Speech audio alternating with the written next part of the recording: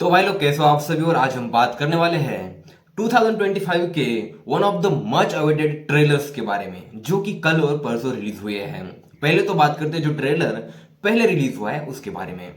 तो हम बात कर रहे हैं द कॉल हिम ओजी के बारे में, क्योंकि यार पवन कल्याण की ये जो फिल्म है ना, लगभग एक साल पहले एक इसका ग्लिम्स आया था जिसको लोगों ने बहुत ही ज्यादा पसंद किया था। और उसमें बजने वाला थमन्स का जो म्यूजिक था, बैकग्राउंड म्यूजिक, बहुत ही कमाल का था। अब बात करते हैं ट्रेलर के बारे में, क्योंकि भाई ट्रेलर को बोला गया मेकर्स की तरफ से कि 21 तारीख को रिलीज किया जाएगा 10 बजे। मैं भी वेट कर रहा था, सारे लोग वेट कर रहे थे, लेकिन भाई ट्रेलर डिले हो गया।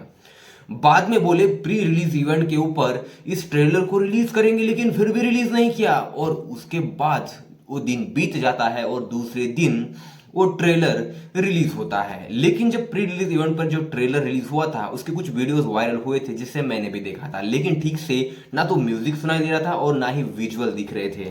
अब बात करते हैं यहाँ पर जो रियल ट्रेलर जो कल रिलीज हुआ है उसके बारे में। और हिंदी ट्रेलर की बात करूँ तो उसका भी मैंने वेट किया, लेकिन रात को 11 बजे इन्होंने हिंदी ट्रेलर रिलीज किया।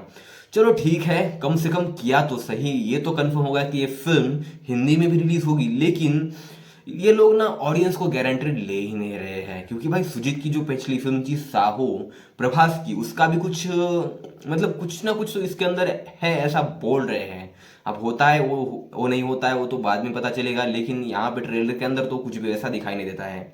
बात करो यहाँ पर पवन कल्याण की और प्रियंका मोहन की, तो प्रियंका मोहन पूरे के पूरे ट्रेलर के अंदर बस कुछ 4-5 सेकंड के लिए दिखाई देती है और उसके बाद दिखाई ही नहीं देती है।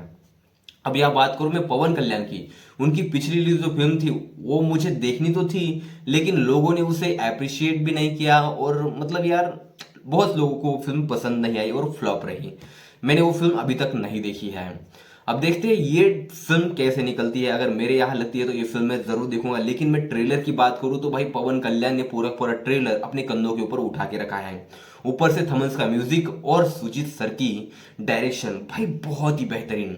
क्योंकि सुजीत सर ने साहो के साथ धमाका किया था पैन इंडिया में, मेरे हिसाब से ये फिल्म भी पैन इंडिया में लानी चाहिए थी, लेकिन इन्होंने कुछ सीरियसली नहीं लिया है। बस तेलुगु ऑडियंस के ऊपर ये फिल्म अब हिट होती है या फिर नहीं होती है वो तो उन्हें पता, लेकिन मुझे नहीं लगता कि सिर्फ और सिर्फ तेलुगु ऑडियंस को लेकर ही ये फिल्म इंडस्ट्री हिट हो सकती है या फिर ब्लॉकबस्टर हो सकती है। इसे पूरे पूरे पैन इंडिया में रिलीज करना चाहिए। ट्रेलर के अंदर हमें समझ में आता है कि एक गैंगस्टर है जो कि अपना जो ऑरा था या फिर जो गैंगस्टर था उसे छोड़कर अपनी सिंपल लाइफ जी रहा है और वो वापस कम बैक करने वाला है उसी लाइफ के अंदर। और जो लोग वहां पर क्रिमिनल है या फिर गैंगस्टर है उनकी फटके हाथ में आने वाली है, क्योंकि वैसा ही कुछ ट्रेलर के अंदर पता चलता है। और जो तलवारें हैं, चाइनीज तलवारें, वो हर जगह दिखाई है। अब इन तलवारों का यूज किस तरह से होता है मूवी के अंदर वो देखना इंटरेस्टिंग होगा, क्योंकि जितने भी ट्रेलर्स ग्लिम्स जो भी आए हैं उसके अंदर बस पवन कल्याण लोगों को काटते और मतलब काटते ही जा रहे हैं। और इस ट्रेलर के अंदर उनका लुक भी बहुत ही बेहतरीन है, रूटीन लुक भी नहीं है, और एक्टिंग भी अगर आप देखोगे तो बहुत ही बेहतरीन और कमाल की लगती है। क्योंकि कुछ ना कुछ यहाँ पर सीरियस एक्टिंग करते हुए वो हमें नजर आते हैं।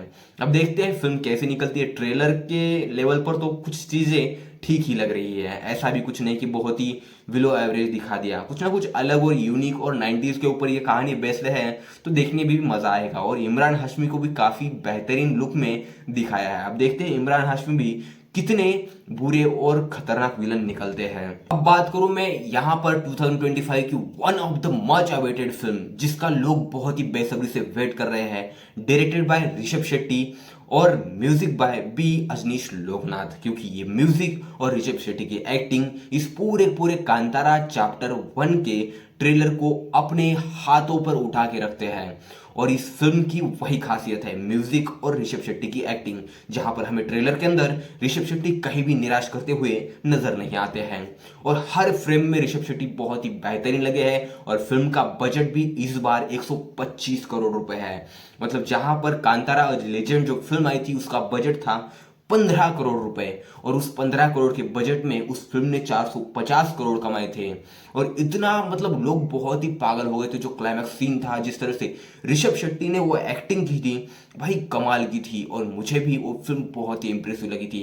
मैं बहुत बार अगर मन किया तो वो फिल्म देख भी लेता हूँ। अब बात करूं यहाँ पर कांतारा चैप्टर 1 के ट्रेलर के बारे में, तो भाई ऋषभ शेट्टी बहुत ही बेहतरीन लगे हैं। अब इसके अंदर कहानी क्या होगी और क्या नहीं, ये तो इससे कुछ पता नहीं चल रहा है ट्रेलर के अंदर। बस एक्शन दिखाया है, इमोशन दिखाया है, राजा दिखाया है, रानी दिखाई है, ऋषभ शेट्टी है और भगवान का यहाँ पर जो तंजौली भगवान है उनका भी बहुत कुछ सीन्स जो है बहुत ही भव्य और दिव्य दिखाने की कोशिश की है ट्रेलर के अंदर। क्योंकि ये ट्रेलर आपको विजुअल से ही बताता है कि फिल्म कितनी बड़ी और ग्रैंड लेवल पे बनी है और वो ट्रेलर के अंदर दिखाई भी देता है।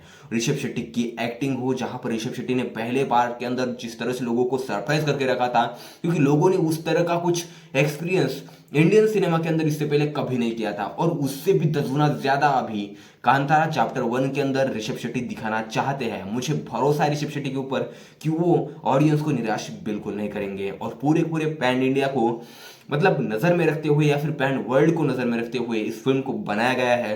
तो ये फिल्म वेल मेड तो है, लेकिन भाई 2 अक्टूबर का वेट रहेगा। मैं तो 2 अक्टूबर का फिल्म देखूंगा या नहीं पता नहीं, लेकिन मैं ये फिल्म जरूर देखूंगा और इसका रिव्यू भी आपके लिए जरूर लाऊंगा। क्योंकि ट्रेलर के अंदर मुझे ऋषभ शेट्टी की एक्टिंग हो, रुक्मिणी वसंत की एक्टिंग हो या फिर गुलशन देवया की एक्टिंग हो, हर चीज हर फ्रेम में हर एक्टर बहुत ही बेहतरीन तरीके से फिट होता हुआ दिखाई दे रहा है। अब देखना इंटरेस्टिंग होगा कि ये फिल्म बॉक्स ऑफिस के ऊपर कितनी बड़ी ओपनिंग लेती है। मेरे हिसाब से 2025 की सबसे बड़ी और जबरदस्त ग्रैंड ओपनिंग जो है यही फिल्म लेने वाली है। बस अब देखते हैं कि बॉक्स ऑफिस के ऊपर ओजी फिल्म बड़ी ओपनिंग लेती है या फिर कांतारा चैप्टर 1। भाई ऑब्वियसली कांतारा चैप्टर 1 किसी भी फिल्म को आसानी से बीट कर देगी, क्योंकि 2025 की one of the much avoided film है। हिंदी बेल्ट के अंदर हो या फिर बाकी इंडस्ट्रीज के अंदर हो, बहुत ही बेहतरीन फिल्म होने वाली है और इसे देखने के लिए हर कोई एक्साइटेड है। अब देखते हैं ओजी फिल्म क्या कमाल कर पाती है और कांतारा चैप्टर 1 क्या कमाल कर पाती है। क्योंकि ओजी फिल्म भी मुझे लगता है कि बहुत ही बेहतरीन बनेगी, क्योंकि सुजीत ने साहो के अंदर थोड़ी सी गलती कर दी थी। उस गलती को सुधारने का काम जो है वो ओजी फिल्म के अंदर जरूर करने वाले हैं। और यहाँ पर ऋषभ शेट्टी तो खुद ही डायरेक्टर है, खुद ही एक्टर है और शायद प्रोड्यूसर भी है। अब पता नहीं कितने हैं, लेकिन है तो सही। तो भाई बस आज तक लिए इतना ही। आपको दोनों ट्रेलर में से कौन सा ट्रेलर बेहतरीन लगा या फिर दोनों पसंद आए, मुझे कमेंट में जरूर बताना। और आप कौन सी मूवी के लिए सबसे ज्यादा एक्साइटेड हो ये भी मुझे कमेंट में जरूर बताना। तो मिलते हैं अगले वीडियो में। तो आपके अपने बालाजी फिल्म चैनल को सब्सक्राइब करना भी बिल्कुल मत भूलिए। Take care, bye bye.